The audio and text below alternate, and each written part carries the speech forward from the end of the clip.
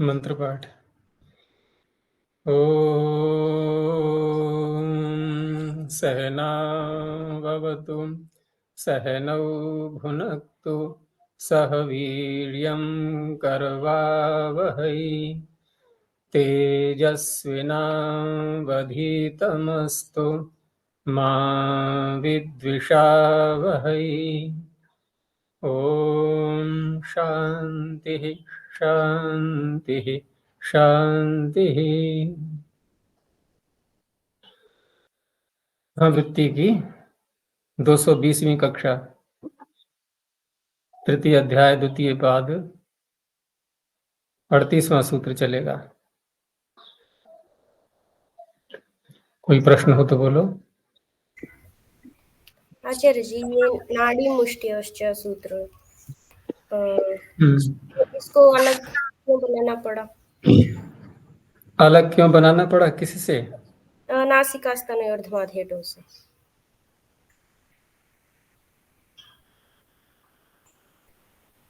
उसमें यथासंख्य नहीं लेना था,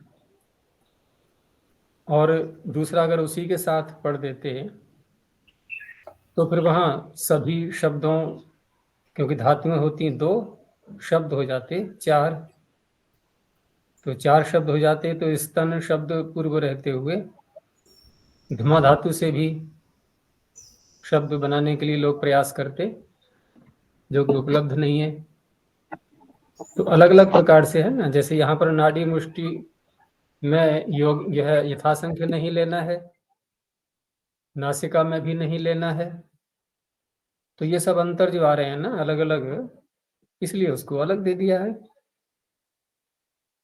और उसमें कोई ऐसा भी नहीं कि बहुत बड़ा गौरव हो रहा है कहने से। फिर च पढ़ने से भी कुछ ये होता है कि अन्य भी कोई ऐसे शब्द हैं तो उनको भी ले सकते हैं। अनुक्त समुच्चयार्थ। हाँ, अनुक्त समुच्चयार्थश्च चकारः, ये प्राय करके व्यवहार में आता है।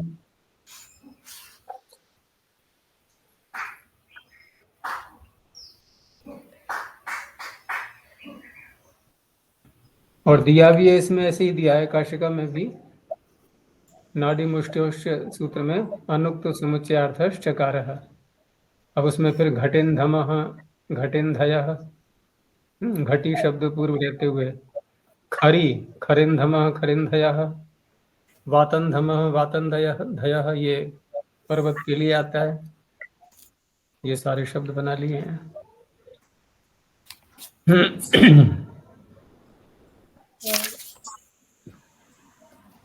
अच्छा जी, उदिकूले उदिकूले रुजिवहोः, उसमें कूलमुत्रुजः, ये मतलब गुण क्यों नहीं होगा?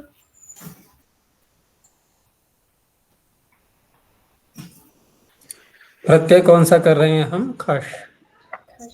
खश प्रत्यय कर रहे हैं तो शित भी है। ये शित होने से सार्वधातुक भी है, कर्ता में तो हो ही रहा है सारा, तो फिर जिस गण की है उसका विकरण भी आएगा। तो तुदादि गण की है रुजो भंगे, इसलिए श प्रत्यय आएगा। श प्रत्यय स्वयं नित है, सार्वधातुकम अपित, इसलिए गुण नहीं हो पाएगा। और अतो गुणे लगा देंगे बाद में, क्योंकि दो आकार हो जाएंगे, खश का भी अ है और श प्रत्यय का भी अ है।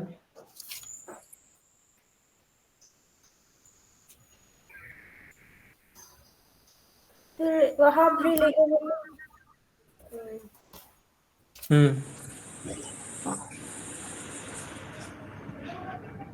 वहां ब्रेलेह में क्या है? वहां भी गुण का ये लिह आसन। लिह धातु में, हाँ जी, तो लिह धातु में गुण किसको मान के करेंगे? खश को। खश को मान के गुण, खश प्रत्यय शित है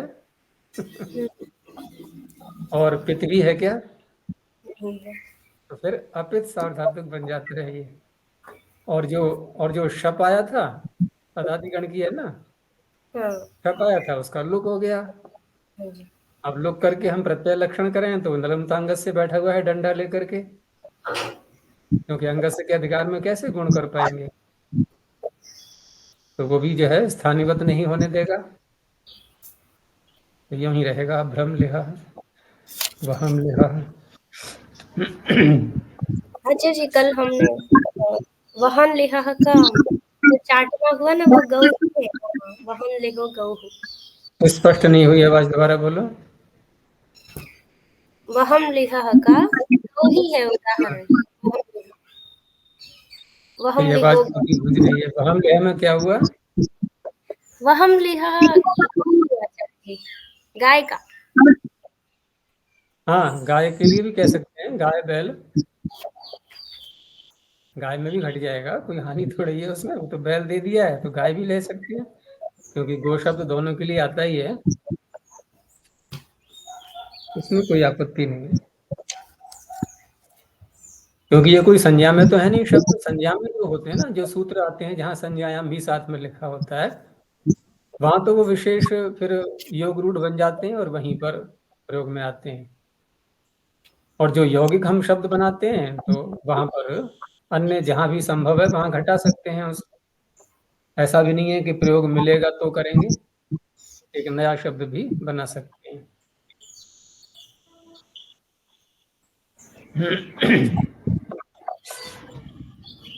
हो गया। तो आज प्रत्यय प्रारंभ हो रहा है। तो प्रिय वशे वदह, प्रिय वशे सप्तम एक वचनांतम, वदह पंचम एक वचनांतम, खच प्रथम एक वचनांतम। अब खच में और खश में केवल सार्वधातुक यानी कि शित नहीं है ये, तो सार्वधातुक भी नहीं रहेगा ये। और खकार यहाँ भी लगाया था, यहाँ भी लगाया, वहां भी लगा हुआ था, तो मुम आगम इत्यादि, या इसमें एक चीज और ही बढ़ जाएगी, क्योंकि ह्रस्व भी होता है, खच पर रहते खची ह्रस्व। अब ह्रस्व होता है तो कोई ये भी कह सकता है कि इस सूत्र में तो ह्रस्व किया ही नहीं गया है, क्योंकि वद धातु से कर रहे हैं, तो वदह ऐसा ही बनेगा, इसमें णजंत तो है नहीं वद धातु, लेकिन खच की अनुवृत्ति आगे भी तो जाएगी, तो आगे कहीं पर ह्रस्व करने की आवश्यकता हो सकती है, वहां काम आ जाएगा ये। तो प्रिय वश इत्यतयोरुपपदयोः कर्मणोः और धातोः खच प्रत्ययो भवति। अब वद धातु के लिया है तो बोलना अर्थ होता ही है इसका, तो प्रिय बोलने वाला, और वशम वदह यानी कि वश ऐसी वाणी बोलता है जो वश में कर लेता है दूसरों को, अर्थात आकर्षित कर लेता है अपनी ओर, या उसकी वाणी में बल है इतना। तो प्रियम वदति इति प्रियम वदह, वशम वदति इति वशम वदह, सिद्धि में कुछ भी नहीं है। अब यहाँ पर ऐसा नहीं करेंगे कि जिस गण की है उसका विकरण भी लाएं, क्योंकि शकार यहाँ पर नहीं है, तो केवल खच का अ बचेगा, वद धातु है बस, कोई भी कार्य नहीं है, और मुमागम हो जाएगा। मुमागम का वही सूत्र है, क्योंकि अजंत शब्द हैं ये सारे, तो अरुर द्विषत अजंतस्य मुम, प्रियम वदह वशम वदह।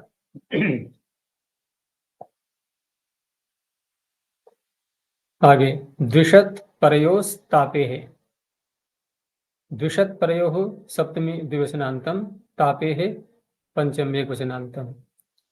अब यहाँ पर तप धातु से पहले ही णिच करके पाणिनि ने तापी बनाकर के तापे है पढ़ा हुआ है सूत्र में।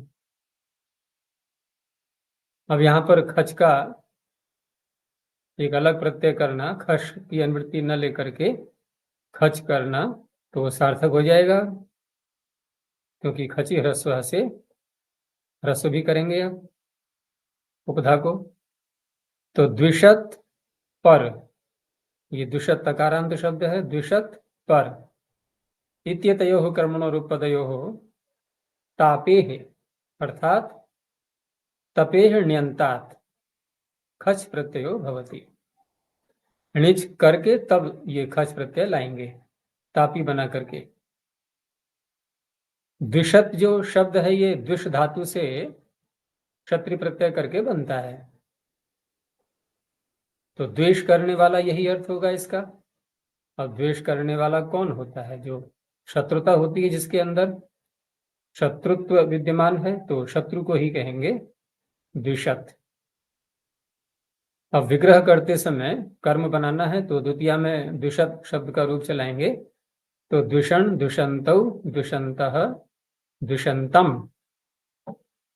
तो द्विषन्तम तापयति, जो शत्रु को तप्त करता है, शत्रु को भी दुखी करता है, उसको हानि पहुंचाता है, तो ऐसा कोई प्रबल व्यक्ति ही होगा। तो एक अच्छा शब्द है, दूसरे की प्रशंसा हो रही है इसमें कि द्विषं तपः, शत्रु को तपा देने वाला। तो तापी धातु है, आगे खच है, रस भी हो गया, और खच प्रत्यय क्योंकि शित तो है नहीं, तो आर्ध धातुक भी है ये। शित होता तो सार्वधातुक होता, जैसे कि पीछे खश चल रहा था अभी, तो आर्ध धातुक होने से णिच का लोप भी हो जाएगा। रस भी हो गया है और णिच का लोप भी हो गया, यानी कुछ भी नहीं बचा। णिच से संबद्ध सारे निशान मिटा दिए गए, वृद्धि हुई उसके कारण से वो भी हटा दी गई, और सीधा णिच को ही गायब कर दिया गया। अर्थ निकल आया उसका, तपाने वाला। तो यहाँ पर दुष्ट में जब उमागम करेंगे तो मिर्च उन्त्याद पर श के आगे आएगा, आकार के आगे, तो द्विष, मुम का मकार और तकार। अब संयुगांत से लोप लगा दो, तकार हट जाएगा। मकार को अनुस्वार करके परसवर्ण द्विषंतपः। परंतपः का भी वही अर्थ है, पर क्योंकि दूसरा है तो दूसरा शत्रु ही होता है, तो यहाँ भी वही अर्थ है, परंतपः, शत्रुओं को तपाने वाला।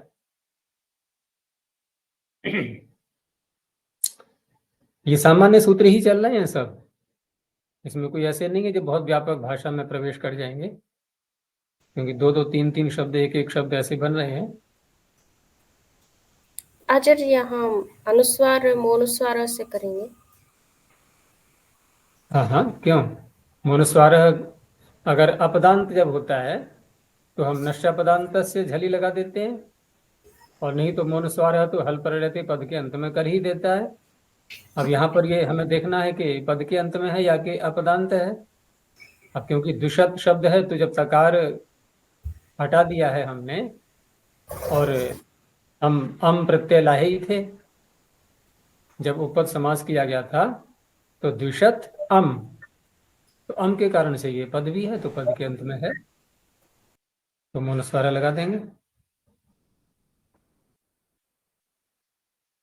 इन चीजों पर ध्यान कम देते हैं लोग प्राय करके, क्योंकि अनुस्वार मात्र करना उद्देश्य है, तो सूत्र को ध्यान में भी नहीं रखते हैं कौन सा लगाना है कौन सा नहीं लगाना है। अगर असावधानी से नष्टापदांत से झली बोल भी दिया तो ऐसा नहीं है कोई बहुत बड़ा अपराध कर दिया है, करना अनुस्वार ही है।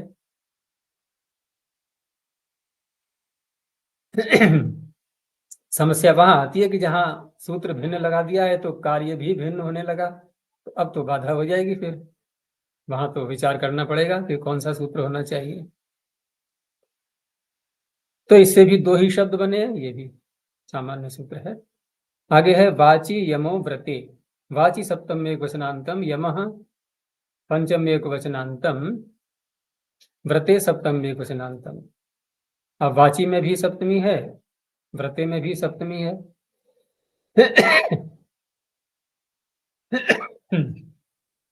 तो वाची को जोड़ेंगे कर्मणी के साथ में, और व्रते को ले लेंगे एक पूरे शब्द से जो एक अलग अर्थ निकलता है।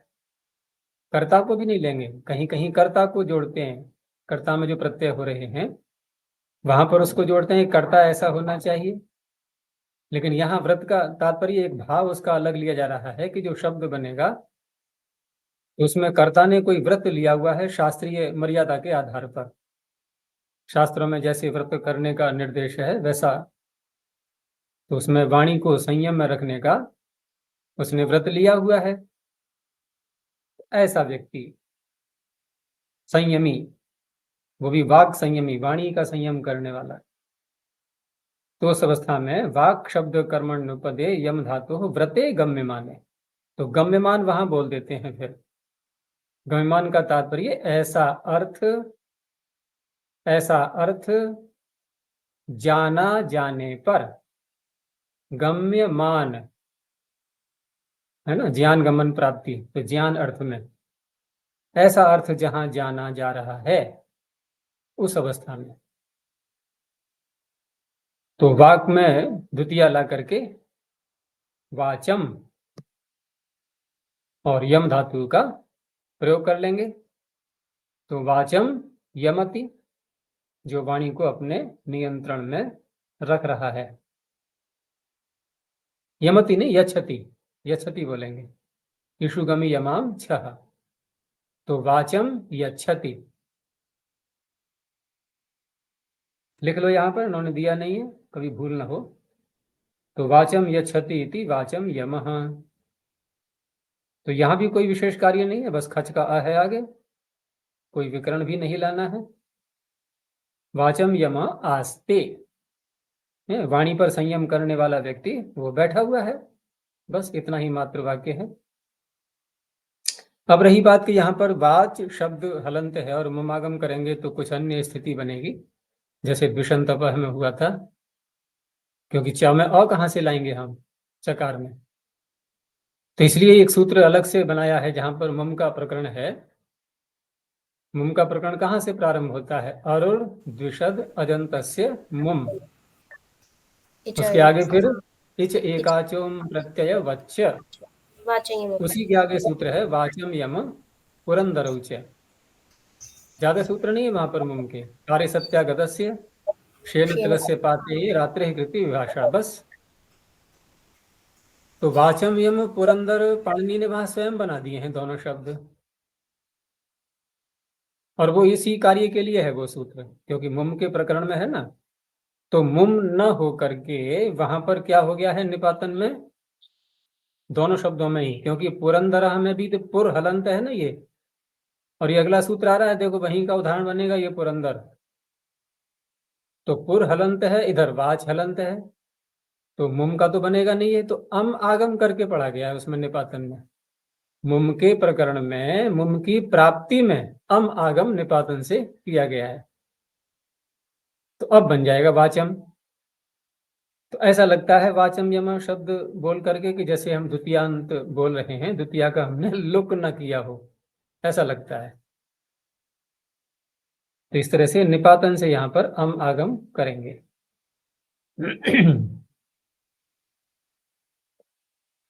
तो वाचम यम, आगे पूह सर्वयोर दारी सहो,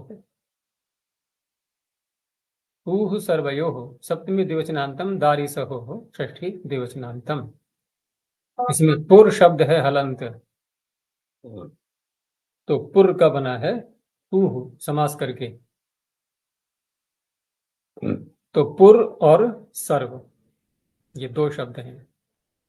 इधर दारी और सह में द्रि विदारणे, ये जो धातु है दीर्घ ऋकारांत, उसमें निच करके पढ़ा है, जैसे पीछे आया था तापे है, द्विषद प्रयोस तापे है, ऐसे यहां पर दारी पढ़ दिया है, तो निजंत ही ग्रहण करेंगे, और यथासंख्य भी यहां हो जाएगा, दो पद में है, दो धातुएं हैं, तो पुर सर्व इत्यतयोः कर्मणोरुपपदयोः दारी सह इत्येताभ्याम धातुभ्याम यथासंख्यम खच प्रत्ययो भवति।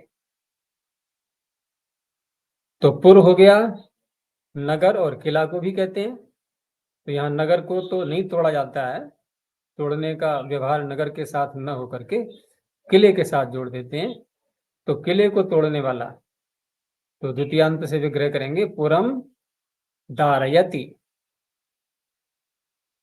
तो दारयति इन ऋण्यंत से विग्रह करके, तो पुर अम और दारी और खच, आगे सब वही कार्य है कि खच है ह्रस्व हो जाएगा, अनिच का भी लोप करना होगा, और पुर में फिर वही वाचम यम पुरंदर सूत्र से यहाँ पर निपातन से अमागम कर दिया गया है, तो पुरंदर, ऐसा व्यक्ति जो किले को भी तोड़ डालता है। सह धातु से करेंगे तो सर्व शब्द लाना है उपपद में, तो सर्वम सहते, जो सब कुछ सहन कर लेता है, तो सर्वम सह। थोड़ा लिखते भी जाया करो इसमें, क्योंकि प्रथमावृत्ति में बहुत कहीं कहीं पर संक्षेप कर दिया गया है। जैसे पुरम दार्यतिम विग्रह दे दिया है, सर्वम सह में नहीं दिया है, तो यहाँ आपने लिख लिया करो सर्वम सहते इति सर्वम सह। ऐसे ही वहां भी लिख लेना, वाचम यम में वाचम यच्छति। तो ये भी बस 2 शब्द बने इससे, कोई ज्यादा व्यापक सूत्र नहीं है। आगे सर्व कूलाभ्र करीशेषु कशः, एक बीमारी भी होती है जो जिसको भगंदर कहते हैं, तो वो भी शब्द ऐसे ही बनाते हैं। अब उसका कोई सूत्र तो नहीं है अलग से, क्योंकि जब शब्द है केवल यहाँ पर दारी धातु से जो किया गया है वो केवल पूर्व शब्द पूर्व रहते हुए किया गया है, लेकिन भगंदर में भी तो धातु वही है और शब्द अलग आ गया है, तो वहां पर फिर एक वार्तिक पढ़ दिया गया है कि भगे च दारे रीति वक्तव्यम, तो उसे भगंदर भी बना लेते हैं।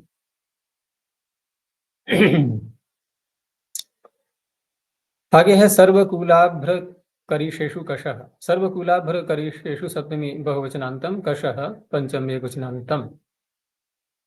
कश धातु किस अर्थ में आती है? ये तो वादिगण में ही है, जहां पर ऊष्मांत धातुओं का जो पाठ दिया गया है, तो कश खश शिश जश झश शश वश मश रुष ऋष हिंसार्था, जिसमें कि रुष ऋष धातुएं तो ऐसी हैं जो वेद में बहुत मंत्रों में आती हैं प्रयोग में हिंसा अर्थ में।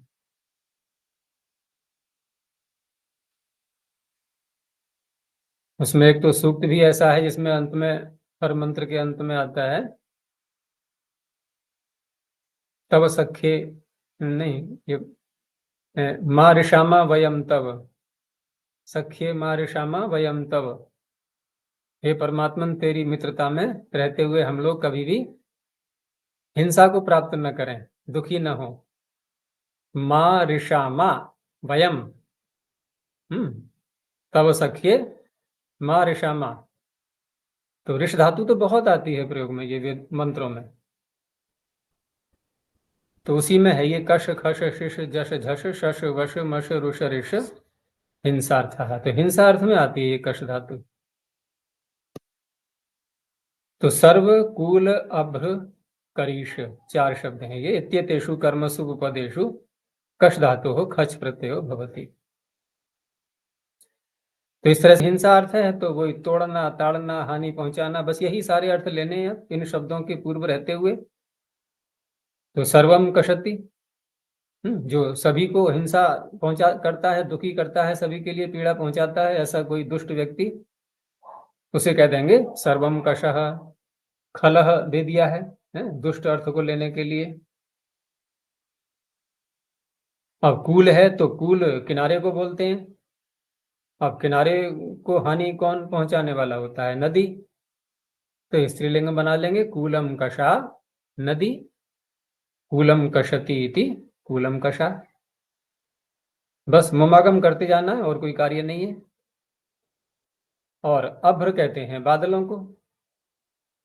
अब बादलों को हानि का तात्पर्य बादल आए हैं जहां पर्वत है ऊंचाई पर, तो वहां बादल जिस आकार में चल रहे थे, तो पर्वत से टकरा करके क्या वो आकार रहेगा उनका? वो तो छिन्न भिन्न हो जाएगा। तो वो भी एक तरह से कश हिंसा हो गई उनकी भी। तो पर्वत क्या है?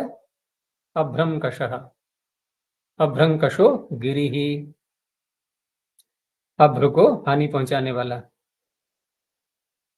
अब उसमें ये भी अर्थ ले लेते हैं कि ऐसा इसकी ऊंचाई भी एक द्योतित हो रही है, क्योंकि बादल हमेशा ऊंचाई पर रहते हैं, और पर्वत से यदि टकराए हैं तो इसका अर्थ है पर्वत वहां तक ऊंचा होगा तभी तो टकराएंगे। तो पर्वत की ऊंचाई को कहने के लिए भी ये शब्द प्रयोग में आ जाता है कि अभ्रंकशो गिरिः, गगनचुंबी पर्वत। करीश शब्द बोलते हैं ये जो गोबर के बनाते हैं ना उपले, जिसको ईंधन के रूप में लेते हैं, फिर चूल्हे में जलाते हैं, सूखा गोबर जो हो जाता है जब, वो करीश कहलाता है।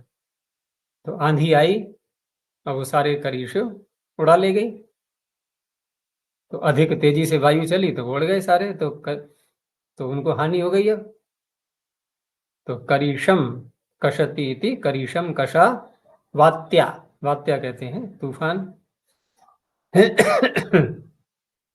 अब बात हो गई साधारण वायु, वात्या कह दिया तूफान हो गया। प्रत्यय से इतना अंतर आ जाता है। तो 4 शब्द इससे बन गए, थोड़ा थोड़ा करके पाणिनि कवर कर रहे हैं भाषा को। प्रयास करते हुए उन्हीं में कहीं कहीं बहुत व्यापक सूत्र भी आ जाते हैं। और थोड़ा सा अब ये धातु जो है अलग अलग आ रही हैं सारी, तो आगे धातु आई अब क्रिय। तो मेघर्ति भयेषु क्रिय, 3 शब्द हैं इसमें, मेघ, ऋति और भय। तो मेघ और भय तो प्रसिद्ध शब्द है। ऋति अनेकों अर्थों में आता है। यहाँ पर जो लिया है इन्होंने, कहीं प्रयोग देखा होगा तो ऋति का अर्थ किया है स्पर्धा। धातु री होती है ना, री गतऊ, तो गत्यर्थक धातु है, उसी में स्पर्धा अर्थ भी निकल आता है। जो बहुत ही गतिशील व्यक्ति होता है वो दूसरों से स्पर्धा किया करता है। तो मेघ, ऋति, भय इत्येतेषु कर्मसु पदेषु क्रिय धातु खच प्रत्ययो भवति। बस मुमागम ही करना है सर्वत्र, और तो कोई कार्य इसमें नहीं है। तो क्री का अर्थ हो गया करना। एक क्री धातु हिंसा अर्थ में भी आती है। क्रिय, वो भी क्रिय है, ये है डुक्रिय करने।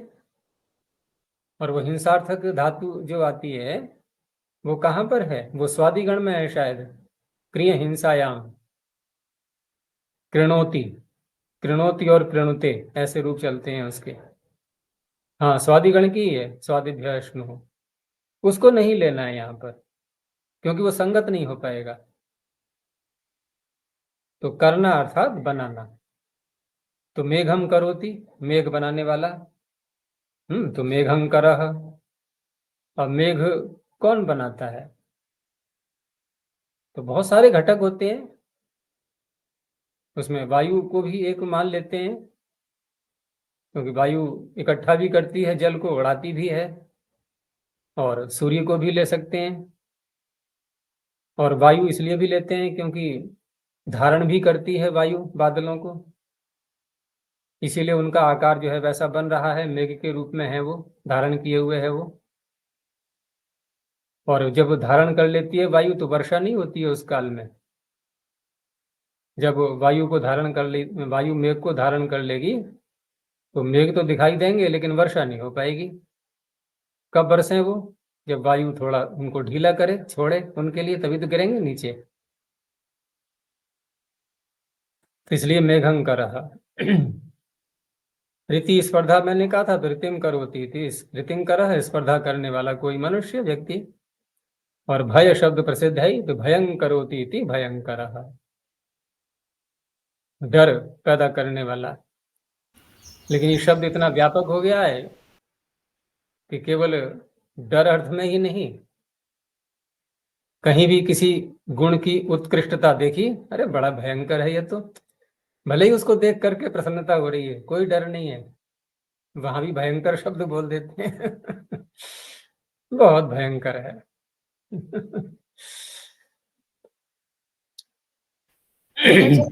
रितिंकर में मुमागम रितिंकर मुमागम हो तो गया, मुमागम हो गया। भयम, मुमागम तो सब जगह हो जाएगा, जो भी अजंत शब्द होंगे। रितिंकर ईच एकाजम प्रत्यय तो मतलब अरुर द्विशदजंतस्य मुंह से नहीं होगा। क्यों? क्योंकि अजंत नहीं। हाँ है रीति है ना, रीति रीति है हाँ जी। इकारांत, तो उसी से हो जाएगा तीनों में, मेघंकर, ऋतिंकर, भयंकर। तो 3 शब्द बने इससे। अब साथ में क्रिया धातु को आगे ले जा करके एक प्रत्यय और जोड़ दिया है इसमें, तो 3 शब्द उससे बन जाएंगे। क्षेम प्रिय मद्रेण च, तो क्षेम प्रिय मद्रे सप्तम में कुशनांतम अण प्रथम कुशनांतम च व्यपदम। अब कोई यूं भी कह सकता है कि अण, अण तो वैसे भी हो सकता था, अगर हम यहाँ पर केवल इतना कह दें कि क्षेम प्रिय मद्रे वाह, हो जाएगा नहीं? कि क्षेम प्रिय मद्र पूर्व पद में हो, उत्तर इसमें उपपद में हो, तो विकल्प करके खच प्रत्यय होता है, तो दूसरे पक्ष में कौन सा होगा? अण ही तो होगा, कर्मण्यन। तो वहां ये भी रहस्य छिपा हुआ है कि क्योंकि क्री धातु चल रही है ये, और क्री धातु का सूत्र अलग से आ चुका है, एक क्रियों हेतु ताच्छील्यानुलोम्येषु। तो यहाँ यदि हम वाह कह दें अण न, इसको अण न कह करके कि क्षेम प्रिय मद्रे वाह, तो दूसरे पक्ष में फिर जहां पर हेतु ताच्छील्य और आनुलोम्य अर्थ होगा, तो उस अवस्था में फिर वही सूत्र लगना चाहिए। तो इसलिए वो न लगे, यानी हेतु ताच्छील्य आनुलोम्य अर्थ होने पर भी क्षेम प्रिय मद्र शब्द यदि हम उपपद में लाएंगे, तो हम 2 ही प्रत्ययों का प्रयोग कर सकते हैं, अण का और खच का। ठीक है ना? तो इस तरह से यहां पर ट प्रत्यय नहीं करेंगे, फिर क्रियों हेतु ताच्छील्य अनुलोम्य से ट प्रत्यय होता है, वो नहीं होगा। तो स्त्रीलिंग में अंतर पड़ जाता है फिर उससे।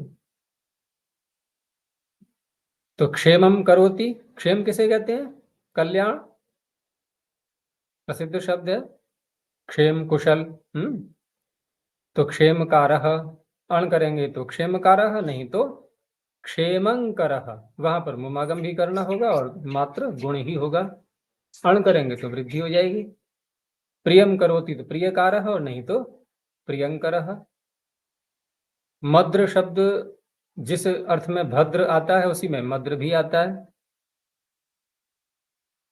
पीछे भी आया था दूसरे जहां में मद्र भद्र कुशल सुखार्थ हितैहि चतुर्थी चा शिष्या युष्य मद्र भद्र, वहां पर भी मद्र भद्र दोनों एक साथ पड़े हुए थे। तो मद्रम करोति इति मद्रकारः अथवा मद्रंकरः।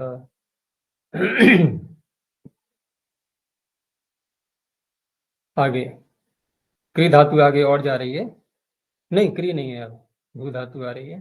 तो आशिते भुवः करण भावयोः, आशिते सप्तम्ये क्वचनान्तम, भुवः पंचम्ये क्वचनान्तम, करण भावयोः सप्तमी द्विवचनान्तम। अब यहाँ पर भी 2 स्थानों पर सप्तमी है, आशिते में भी है और करण भावयोः में भी है। तो कर्मणि का संबंध, क्योंकि भूधातु तो अकर्मक है, तो सुपी का संबंध जोड़ेंगे, तो सुपी के साथ में हम करण भावयोः को न लेकर के आश्रित शब्द को लेंगे, क्योंकि वो संगत नहीं होगा। तो इस तरह से आश्रित तो हो गया सुबंत। आश्रिते सुबंत उपदे भू धातु हो, करण भावयोः करणे भावे च खच प्रत्ययो भवति।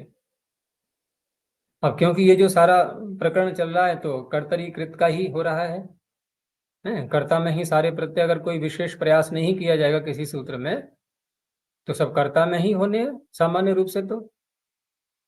लेकिन यहां कह दिया गया करण में और भाव में। और करण में भाव में तो फिर अन्य प्रत्यय ही होने चाहिए थे, तो उनका ये अपवाद बन जाता है फिर। तो इस तरह से खच प्रत्यय करेगा ये। आश्रित शब्द जो है ये, इन्होंने इसका कोई विशेष विवरण दिया नहीं है, बस तृप्त अर्थ लिख दिया है। लेकिन तृप्त अर्थ आश्रित अश धातु है ही, अश भोजन है, और किसी को जितनी भूख लगी है उसके अनुसार उसको भोजन दे दिया जाए तो वो कहता है कि मैं तृप्त हो गया। तो आश्रित का अर्थ हो गया तृप्त, सीधी सी बात है। आश्रित का अर्थ हो गया तृप्त, तृप्ति हो गई उसकी। हर्ष धातु से निष्ठ प्रत्यय करके और निष्ठा प्रत्यय कर लेंगे बाद में, निष्ठा को इडागम होगा और निष्ठायाम से टी से निच का लोप हो जाएगा। इस तरह से आश्रित बन जाता है ये तृप्त अर्थ को कहने वाला। अब भू धातु से कर रहे हैं तो जब हम करण में करेंगे तो फिर विग्रह कैसे करेंगे? तृतीयांत कोई शब्द बोलेंगे ना, अनेन इत्यादि कह करके, तो आश्रितः भवति अनेन, यानी ऐसा कोई पदार्थ जिसके द्वारा तृप्त हुआ जा रहा है, कोई व्यक्ति तृप्त हो रहा है। तो खाने में क्या अच्छा लगता है? किसी को भोजन दे दे और साथ में चावल ना हो कि अरे भाई भूख मिटी नहीं हमारी, तो वो चावल की इच्छा ऐसी बनी रहती है जैसे कि भूखे रह गए हों। बहुत से लोग चावल के बहुत शौकीन होते हैं, उनको चावल न मिले और बाकी कितना ही पौष्टिक स्वादिष्ट कैसा ही भी देते हो भोजन, लेकिन अंत में क्या कहेंगे, भाई भूख रह गई, चावल तो थे ही नहीं। चावल मिल जाए तो लगता है कि हाँ अब तृप्त हो गए। और पाणिनि के छात्रों को भी तो यही कहा जाता है ना, कैसे थे? ओदन पाणिनियाश छात्रा। पाणिनि के छात्रों को ओदन बहुत अच्छे लगते थे। तो यहाँ भी वही है उदाहरण, आश्रितम भव ओदन। ओदन कैसा है कि इसके द्वारा तृप्त हो जाता है व्यक्ति। तो बना लिया करो रोज चावल अगर तृप्ति प्राप्त करनी है तो। भाव में करेंगे तो फिर भवती न बोल करके भवनम बोल देंगे। आश्रितस्य भवनम इति आश्रितम भवम। अब यहाँ तात्पर्य क्या है भाई? तृप्त होना, बस इतना मात्र बोला गया है। आश्रितम भवम वर्तते, यानी कि तृप्त होना यहाँ पर विद्यमान है, तृप्त होना हो रहा है, बस तृप्ति का कार्य। तो मुमागम आश्रित शब्द को होना है, बस और कुछ नहीं है। खच प्रत्यय हो गया। ये भी सामान्य ही सूत्र है। अब ये सूत्र यदि नहीं होता तो फिर यहाँ पर वही है कि अन्य प्रत्यय जो भी होने चाहिए वही होंगे करण में और भाव में। आगे है संज्ञायाम भ्री भृत्री व्री जी धारी सहित अपि दमः। इसमें त्रि धातु दीर्घ रीकारांत। संज्ञायाम सप्तम्ये वचनांतम भृत्री व्री जी धारी सहित अपि दमः पंचम्ये वचनांतम। अब यहाँ पर कर्मणि और सुपी दोनों आ रहे हैं, तो जहां जैसा संबंध जिसका लग सकता है तो वहां लगा लेंगे। तो इसमें त्रि धातु के साथ में तो सुपी का संबंध लगाते हैं, अन्यत्र कर्म का संबंध जोड़ लेंगे। और जो संज्ञा जब सूत्र कहता है कहीं पर, तो ये भी ध्यान रखना होता है कि हम उसमें कोई ज्यादा आग्रह नहीं करते हैं कि ये शब्द से अर्थ कैसे निकल आया, क्योंकि वहां पर कुछ शब्द ऐसे होते हैं जो योग रूढ़ कह सकते हैं उनको हम, और कुछ में यहाँ तक हो जाता है कि योग रूढ़ क्या बल्कि वो रूढ़ी ही बन जाते हैं। वो वहां व्युत्पत्ति दिखा भले ही दें शब्द की संरचना के लिए, लेकिन वो व्युत्पत्ति अर्थ दिखाने के लिए नहीं कही जाती है फिर वो। जैसे इसमें रसंतर शब्द में आएगा ये, विश्व में तो कोई बात नहीं है, विश्वम बिभर्ति इति विश्वम भरः, यौगिक अर्थ हो गया, परमात्मा का नाम है, परमात्मा के लिए प्रयोग में आता है विश्वम्भर शब्द, तो इसलिए विश्वम्भरः ममागम हो गया। यहाँ तो कोई बात नहीं है। लेकिन रथ शब्द पूर्व रहते हुए और त्रिधातु से जब किया और विग्रह किया गया कि रथेन तरति, हम अन्य प्रकार से भी विग्रह कर सकते हैं, रथेन तरति बोले या रथे तरति सप्तमी भी ले सकते हैं। लेकिन यहाँ पर विग्रह का कोई महत्व नहीं है, क्योंकि ये जो शब्द है रथंतर बहुत ही प्रसिद्ध है ये, और ये साम के लिए आता है। जो साम के मंत्र होते हैं सामवेद के, तो रथंतर साम ये प्रसिद्ध है शब्द। जो लोग श्रौत ग्रंथों का अध्ययन करते हैं उनके लिए तो परिचित शब्द है ये। रथंतर साम नाम है एक साम का, साम के कुछ मंत्र हैं समूह, उनका नाम है रथंतर साम, तो वहां के लिए प्रयोग में आता है ये। तो इसलिए विग्रह यदि किया भी हमने रथे न तरती, तो क्या इसका अर्थ ये करेंगे कि वो जो साम के मंत्र हैं वो रथ के द्वारा तर जाते हैं? ये अर्थ क्या निकल आएगा? वहां कुछ भी नहीं। तो केवल मात्र एक व्युत्पत्ति दिखाने के लिए विग्रह कर दिया है, उसका हम अर्थ नहीं लेंगे उस रूप में। बस साम विशेष की संज्ञा है ये। तो साम विशेष की संज्ञा होने से जो अवयवार्थ, अवयवार्थ का तात्पर्य होता है विग्रह करके अर्थ को निकालना, कि रथ का अलग करो, इसमें अर्थ अलग करो, त्रिधातु का अलग अर्थ करो, ऐसे नहीं, बस बना बनाया शब्द यूं ही है, उसी को समझने के लिए विग्रह कर दिया है। और बन जाएंगे यौगिक शब्द या योग रूढ़, जैसे पतिम वृणुते, वृ धातु है इसमें, वृ वर्ण, तो यहाँ पर इसमें स्त्रीलिंग में क्योंकि कन्या के लिए कहा जाएगा तो टाप कर लेंगे, तो पतिम वृणुते इति पतिम वरा कन्या, मुमागम हो गया। जी धातु से करना है तो जीतना अर्थ होता है, तो शत्रु को जो जीत रहा होता है, शत्रुम जयति इति शत्रुंजय, शत्रुंजय नाम रखते हैं लोग, संज्ञा में बहुत प्रयोग में आता है, तो इसी सूत्र से बनता है ये। आगे युगम धारयति। अब युगम धारयति में भी विग्रह तो कर दिया है, लेकिन यहाँ पर क्योंकि ये पर्वत के लिए आ रहा है प्रयोग में, युगंधर पर्वत के लिए आता है, लेकिन अगर हम यौगिक अर्थ घटाना चाहेंगे यहाँ पर, तो यहाँ भी थोड़ी सी बाधा लगेगी, क्योंकि युग शब्द कालवाचक तो यहाँ कोई संबंध है नहीं, और वैसे युग शब्द उसको भी कहते हैं जो बैलों के गले पर रखते हैं ना, गाड़ी में जब लगाते हैं उनको, तो जिसको जुआ कहते हैं, जुआ वो नहीं गैम्बलिंग वाला, यहाँ पर जो गाड़ी में गर्दन के ऊपर आता है उनके बैलों के, उसको भी युग शब्द कहते हैं।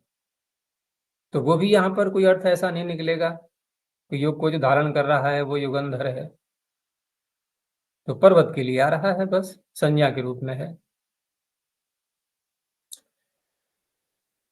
सह धातु से करेंगे तो शत्रुम सहते इति शत्रुम सह, तो शत्रु को सहन करने का तात्पर्य उसके द्वारा जो प्रहार हो रहा है, जो अपनी शक्ति का प्रयोग कर रहा है, उससे दूसरा व्यक्ति प्रभावित नहीं हो पा रहा है, तो वो अधिक बलवान माना जाएगा। तो ये प्रशंसनीय शब्द हो गया एक, दूसरे के गुणों को कहने वाला, तो शत्रुम सह। और तप धातु लाएंगे, तो यहां पर तप धातु में, तप धातु का वैसे अर्थ होता है तपना, लेकिन तपना अर्थ लेंगे तो फिर ये बनेगा नहीं अर्थ, कि शत्रु को तप रहा है, तपा रहा है अर्थ बोलना पड़ेगा ना, लेकिन पाणिनि ने तो यहाँ पर निजंत पढ़ी नहीं है, तापी तापी कह के नहीं बोला है सूत्र में। तो इससे एक अन्य बात भी निकलती है कि बहुत सी धातुएं ऐसी होती हैं, और यहीं से पता लग रहा है इस बात का, कि जिनमें ऋच न करने पर भी ऋच प्रत्यय का अर्थ उसमें आ जाता है। इसको दो तरह से बोलते हैं, दो शब्दों से, या तो हम कहेंगे अंतर्णीत ण्यर्थ, जिसके अंदर णी का अर्थ ले जाया गया है, अंतर्णीत ण्यर्थ। एक अन्य शब्द भी आता है अंतर्भावित ण्यर्थ, कोई ज्यादा अंतर नहीं है अर्थ में, जिसके अंदर निच का अर्थ ले जाया गया है, लाया गया है, बात वही है, अंतर्भावित ण्यर्थ है। अच्छा उसी जी, रूप में तदेजति तन्नेजति में है। हाँ, वहां भी ऐसे ही है, णिच न होने पर भी णिच का अर्थ ले लिया गया है। तो ऐसे ही विग्रह तो यूं ही किया, शत्रुम तपति, लेकिन अर्थ क्या करेंगे? तापयति, तो शत्रुन तपह।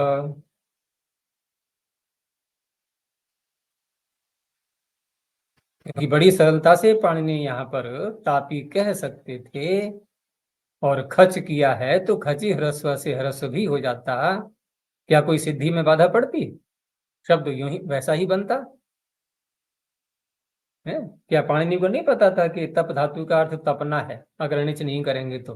वो भी जानते थे, लेकिन तपना अर्थ लेकर के यहाँ पर ये बनेगा ही नहीं शब्द कि शत्रु को तप रहा है। ये क्या होगा? वो तो अकर्मक बन जाएगी फिर। तो इस तरह से दम धातु का लिया, अरिम दाम्यति, अरि कहते हैं शत्रु के लिए। जैसे शत्रु शब्द शत्रु का वाचक है, ऐसे ही अरि शब्द भी है। तो अरि का जो दमन करता है, उसको वश में कर लेता है, तो उसे कहते हैं अरिंदमः। ये भी एक गुण का सूचक शब्द है, प्रशंसनीय। तो अरि को ममागम हो गया अरिंदमः। यहाँ दाम्यति से विग्रह किया है। दाम्यति वही जो है दीर्घ कर लेंगे, क्षमा नाम दीर्घ श्यनि, श्यन प्रत्यय है ना, तो दीर्घ हो जाएगा। आचार्य जी, ये तप के विषय में असूर्य ललाटयोर दृशितपोह में ललाटन तपः आदित्य, इसमें भी ललाट को, माथे को तपाने वाला अर्थ है। वहां भी सूत्र में दृशितपोह, निजंत नहीं पढ़ा है। हाँ, वहां भी नहीं है, तो वहां भी ऐसे ही कर लेंगे, क्योंकि ललाट को तप रहा है ये तो अर्थ नहीं करेंगे। तो देखो ना, पाणिनि ने कहीं पर तप, कहीं तापी, दोनों प्रकार के निर्देश करके है। द्विशत प्रयोज तापे में भी तो तपे कह सकते थे, या तपह कह सकते थे, द्विशत प्रयोज तपह, बस। तो दोनों प्रकार के संकेत दे दिए उन्होंने कि आप णिच करोगे तब तो णिच का अर्थ आ ही जाएगा, और कहीं णिच नहीं हो रहा है तो वहां भी उसका अर्थ ले सकते हैं, कोई बाधा नहीं है।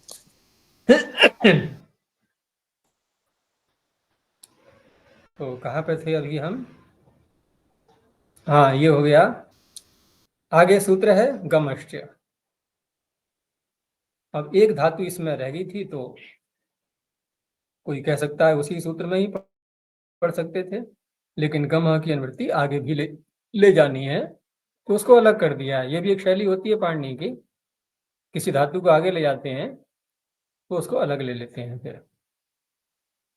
तो गमः पंचम में वचनांतम च अव्यपदम। अब यहाँ पर भी संज्ञायाम पीछे से चल रहा है, तो गम धातु हो संज्ञायाम गम्य मानायाम कर्मण निपदे खच प्रत्यय भवति। यहाँ भी कोई संज्ञा ही बन जाती है किसी की। ये सुतंगमः। अब सुतंगमः में हम अर्थ करने लगे यौगिक कि सुतम गच्छति सुतंगमः, है जो पुत्र के पास जा रहा है या जो पुत्र को प्राप्त करता है। तो जिन्होंने भी पुत्र को प्राप्त किया है तो सारे पिता फिर सुतंगम बन जाएंगे, लेकिन नहीं, संज्ञा विशेष किसी का नाम रख दिया गया है। अब जब नाम रख दिया है तो आवश्यक नहीं है कि उसके पुत्र हो भी। ये भी आवश्यक नहीं है। तो इस तरह से यहाँ पर गम धातु से खच प्रत्यय हो गया है, सुत को मुमागम हो गया, सुतंगम। एक सामान्य सूत्र है ये। अब यही गम धातु जो आगे जा रही है, तो वहां पर ये सूत्र, अब ये प्रत्यय बदल रहा है, अब ड प्रत्यय आ रहा है आगे। अंताद्यंताध्व दूरपार सर्वानंतेषु डह। अंताद्यंताध्वदूरपार सर्वानंतेषु, सप्तमी बहुवचनांतम डह, प्रथम एक वचनांतम। तो इसमें अंत, अत्यंत और अध्वन का अध्व नकार का लोप कर दिया गया है। दूर, पार, सर्व, अनंत। तो प्रारंभ में आया था अंत और अंत में आ गया अनंत, दोनों आ गए। इत्येतेषु कर्मसु पदेषु गम धातु डह प्रत्ययो भवति। अब यहां पर यह भी ध्यान रखना होता है कि इस तीसरे अध्याय में हम जानते हैं कि यहां पर जो प्रत्यय करते हैं हम, तो यचिभम सूत्र का तो प्रवेश कभी हो नहीं सकता, क्योंकि वहां पर स्वादिष्ट सर्वनाम स्थान है की अनुवृत्ति आ रही है, वो चौथे पांचवें अध्याय में ही उसकी प्रविष्टि होती है यचि भम की।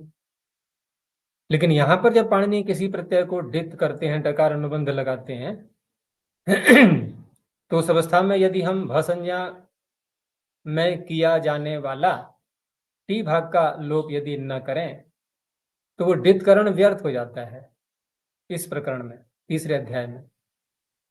तो इसलिए फिर परिभाषा बहुत प्रसिद्ध हो चुकी है वो, या वार्तिक कह लो, अनेक प्रकार से बोल देते हैं इसको कि डित्व सामर्थ्याद अभस्यापि टेर्लोपः, डितकरण सामर्थ्याद अभस्यापि टेर्लोपः, डिति अभस्यापि टेर्लोपः, कैसे भी बोल दो, भाव वही लेना है उसका कि यदि कहीं पर पाणिनि ने डित कर दिया है, जैसे लुटः प्रथम से डारऊ रसः, वहां भी तो यही स्थिति है, डा आदेश जो किया है, तो डा आदेश किया है तो डा आदेश करके डित डकार क्यों लगा दिया उसमें? अरे वहां तो हम तिप्तस्य ताताम झ के स्थान पर कर रहे हैं ये आदेश, ये कहाँ है चौथे पांचवें अध्याय के प्रत्यय? तो वहां भी हम इसी वार्तिक को लगाते हैं। तो वही स्थिति यहां भी है कि ड प्रत्यय को डित कर दिया है, हमें टी भाग का लोप करना ही होगा। और वैसे टी भाग का लोप कौन करता है डित होने पर, भ संज्ञा जब होती है वहां पर? कौन सा सूत्र है? टेहि। हाँ, टेह सूत्र है। तो टेह सूत्र में ऊपर से अनुवृत्ति आ रही है ति विंशते डिति। अनमोल, तुम्हारे कैमरे को क्या हो गया है आज? कैमरा वॉल्यूम सब बंद है, ये नहीं मालूम पड़ रहा है तुम बैठे भी हो या नहीं बैठे हो।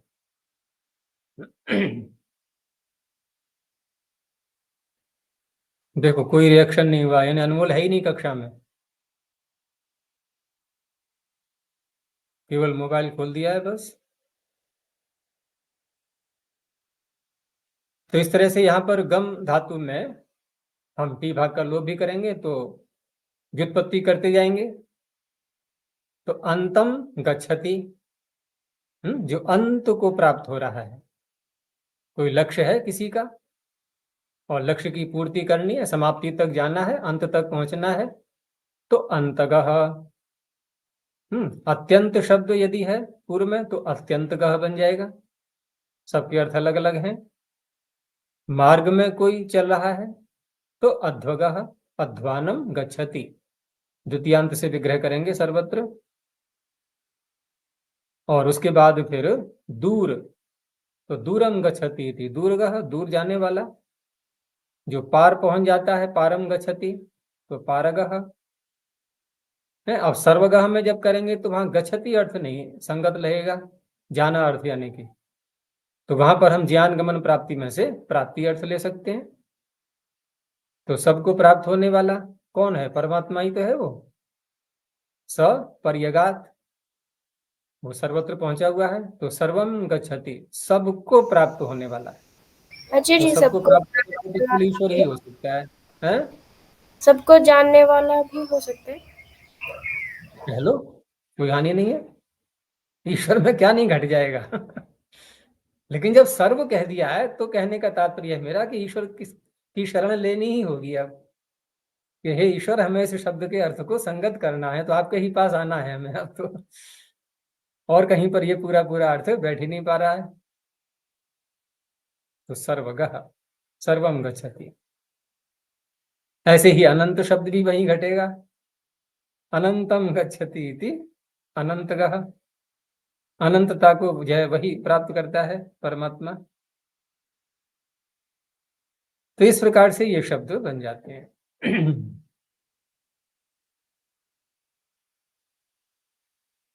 अब इसमें इतना व्यापक किया गया है इस ड प्रत्यय को, क्योंकि ये तो बहुत गिने चुने शब्द दिए हैं सूत्र में, लेकिन गम धातु से ड प्रत्यय करके बहुत से शब्द बनाए जाते हैं। ऐसे बहुत से शब्द हैं जो कि यहाँ पर सूत्र में नहीं दिए हुए हैं। तो फिर एक वार्तिक बनाया गया है इसके लिए कि ड प्रकरणे अन्येष्वपि दृश्यते। अब ये सूत्र, ये वार्तिक क्या सीमित रह गया कि ड प्रकरणे, ये जो इस सूत्र में अंतात्यंता सूत्र में जो ड का प्रकरण प्रारंभ किया है आपने, तो इस गम धातु से ड प्रत्यय करते समय जितने शब्द आपने गिनाए हैं, उपपद में इतने ही न होते हुए अन्य श्वपी, अन्य शब्दों के उपपद रहने पर भी ड प्रत्यय मिलता है। ये क्यों कहना पड़ा? क्योंकि बहुत सारे शब्द हैं ऐसे। तो इस तरह से ये सूत्र व्यापक बन जाएगा वार्तिक की सहायता लेते हुए, क्योंकि गम धातु में ड प्रत्यय बहुत मिलता है प्रयोग में। कहीं भी यदि मिल रहा हो और इस सूत्र में वो शब्द नहीं दिखाई दे रहा है, तो हम इस तरह से मान लेंगे कि अन्य शब्दों में भी इष्ट है ये।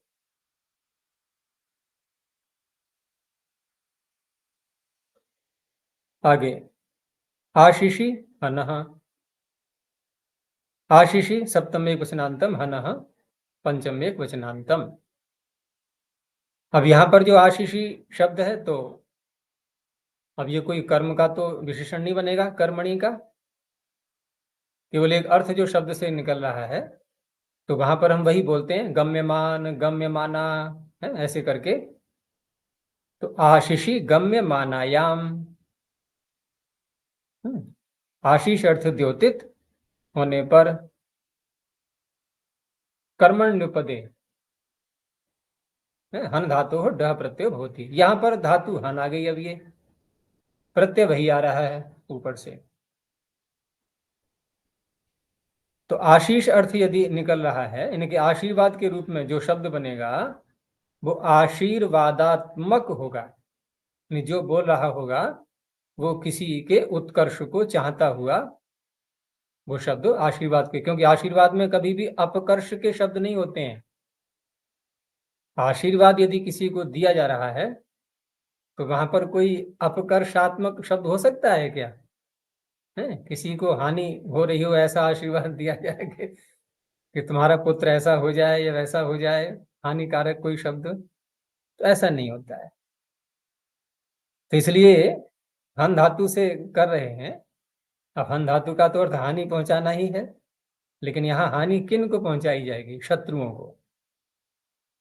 तो ये प्रशंसात्मक हो गया। अब ये तो शत्रुन वध्यात, अब विग्रह वैसे ही कर लेंगे, क्योंकि आशीषी गम्य मानयाम जब कहा है तो आशीर्लिंग की धातु का, आशीर्लिंग लकार का प्रयोग कर दिया, वध्यात।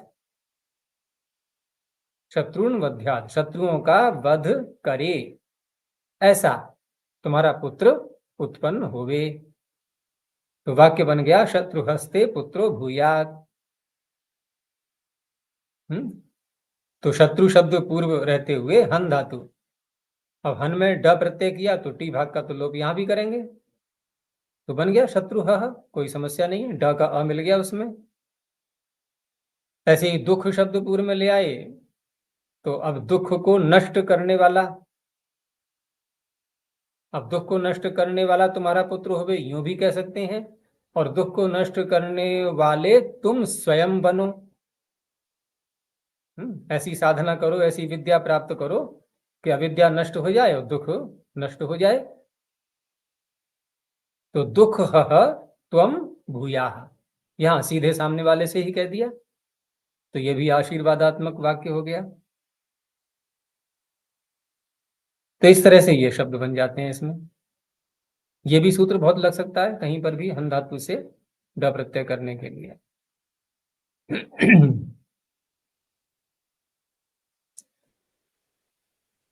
अपे क्लेश तमसो हो, अपे सप्तम एक वचनांतम, क्लेश तमसो हो सप्तमी द्विवचनांतम। अब इसमें क्लेश और तमस ये तो हो गए कर्म, लेकिन हन धातु से पूर्व अप और लगा दिया गया है, इसीलिए फिर सूत्र अलग से बनाना पड़ा है। और दूसरा फिर आशीष अर्थ भी नहीं है यहां पर। तो क्लेश तमस इत्यतयोः कर्मणो रूपपदयोः अप पूर्वात् हन धातोः डः प्रत्ययो भवति। तो इस तरह से क्लेशम बोलने के बाद उधर हन धातु से पूर्व अप लगाएंगे, तो विग्रह कैसे होगा? क्लेशम अपहंति, जो क्लेश को समाप्त करता है, ऐसा क्लेशापह। तो कौन है वो?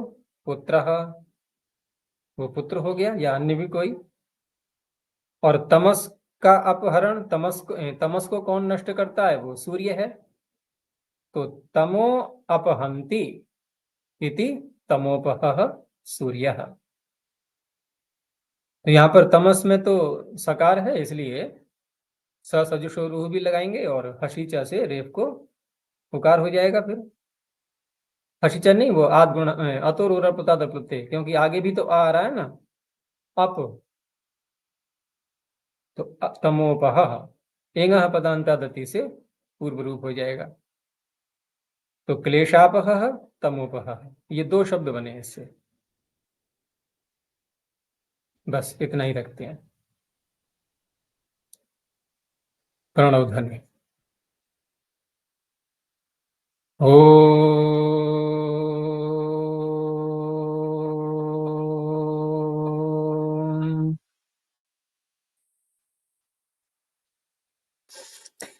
ओ